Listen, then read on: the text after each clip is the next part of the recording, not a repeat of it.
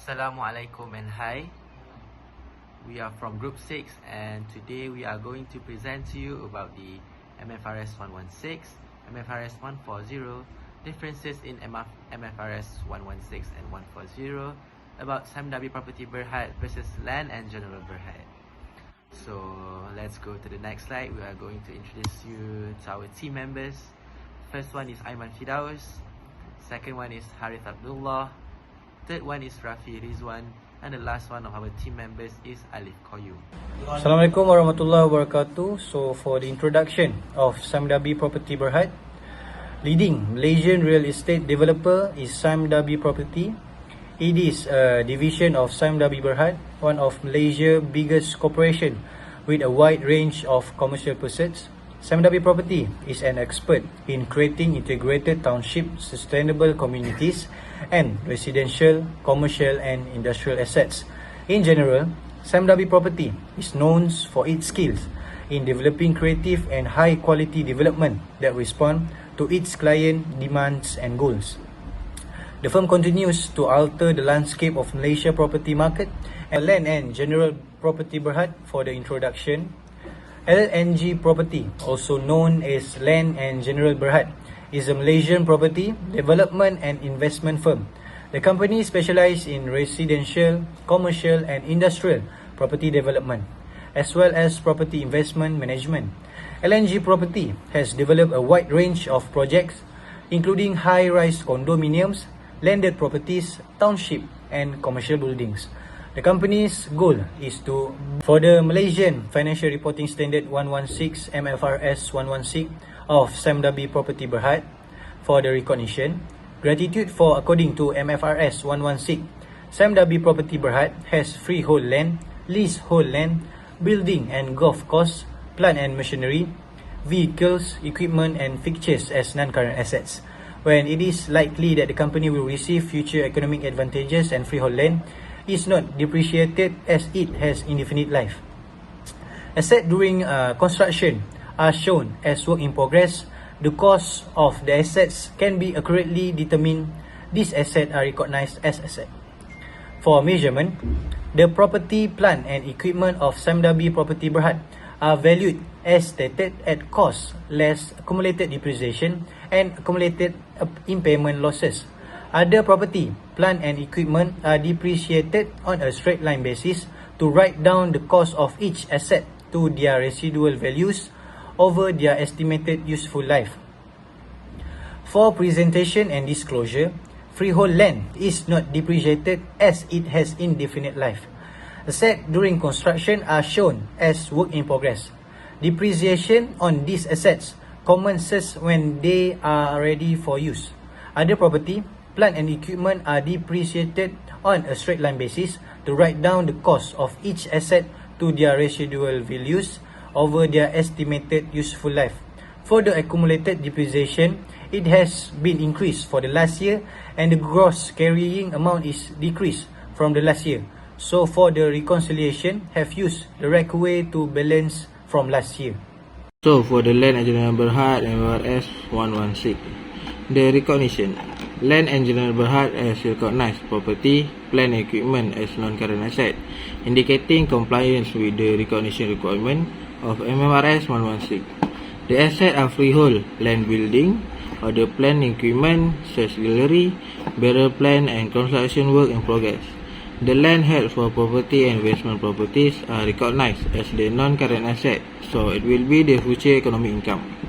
However, it is intended for production use and not for sale in the ordinary course of business, for the delivery of goods or service, or for administrative purpose. After initial recognition, investment properties are valued at cost less accumulated depreciation and accumulated depreciation. Real estate has no fixed life and cannot be depreciated. Real estate had a financial investment is valued at cost. They are depreciated over their economic life. The measurement. Item of property, plant equipment are measured at cost less any accumulated depreciation and any accumulated impairment losses. Costs include expenditure that are directly attributed to the acquisition of the asset and any other costs directly attributed to bringing the asset to working condition for its intended use. For qualifying asset, borrowing costs are capitalized in accordance with the accounting policy on borrowing costs. When significant parts of an item of property, plan 1 is presentation and disclosure. The disclosure is based on the cost of an asset less its residual value. Significant component of individual asset are asset, and if a component has a useful life that is different from the remainder of that asset, then that component is depreciated separately. The property, plant and equipment under construction are not depreciated until the assets are ready for their intended use. The estimated useful life for the current and comparative years are as follows. Building 10 until 50 years. Other plant and equipment is 2.5 until 10 years. For salary 5 until 10 years. And depreciation method, useful life and residual. Okay, for the MFRS 140 for DARBY property Berhad. Recognition: the investment property shall be recognized in accordance with the MFRS 140 by DARBY Berhad. The company has identified those properties that are held for the rental income or capital appreciation which does not intend to exploit in its own operation. In addition, recognition is given to right of use assets which are in line with the definition of investment property. The company identification and classification of its investment properties is shown to be correct. For measurement, in accordance with MFRS 140, investment properties are initially measured at cost and then at cost lower than accumulated depreciation and impairment losses. As mentioned in the information available, DARBY Berhad shall implement this basis of measurement. Freehold and buildings under construction are not depreciated, which is consistent with the MFRS requirement. Annual reviews and adjustments are made to the remaining value of investment property and their useful life if necessary. And for the last, the presentation and disclosure of DARBY property Berhad, the MFRS required that investment property be included in the statement of financial position only by companies. This requirement is to be compiled with by the separate presentation of investment asset in DARBY Berhad financial statement.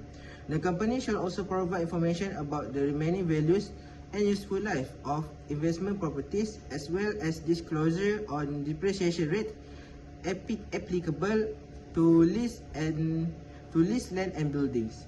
This disclosure concentrates compliance with the presentation and disclosure requirement of MFRS. So let's start with MFRS 140 for Land and General Property Berhad. So firstly we go for the recognition. According to the information provided, LNG Property Berhad recognizes its investment properties as per the requirements of MFRS.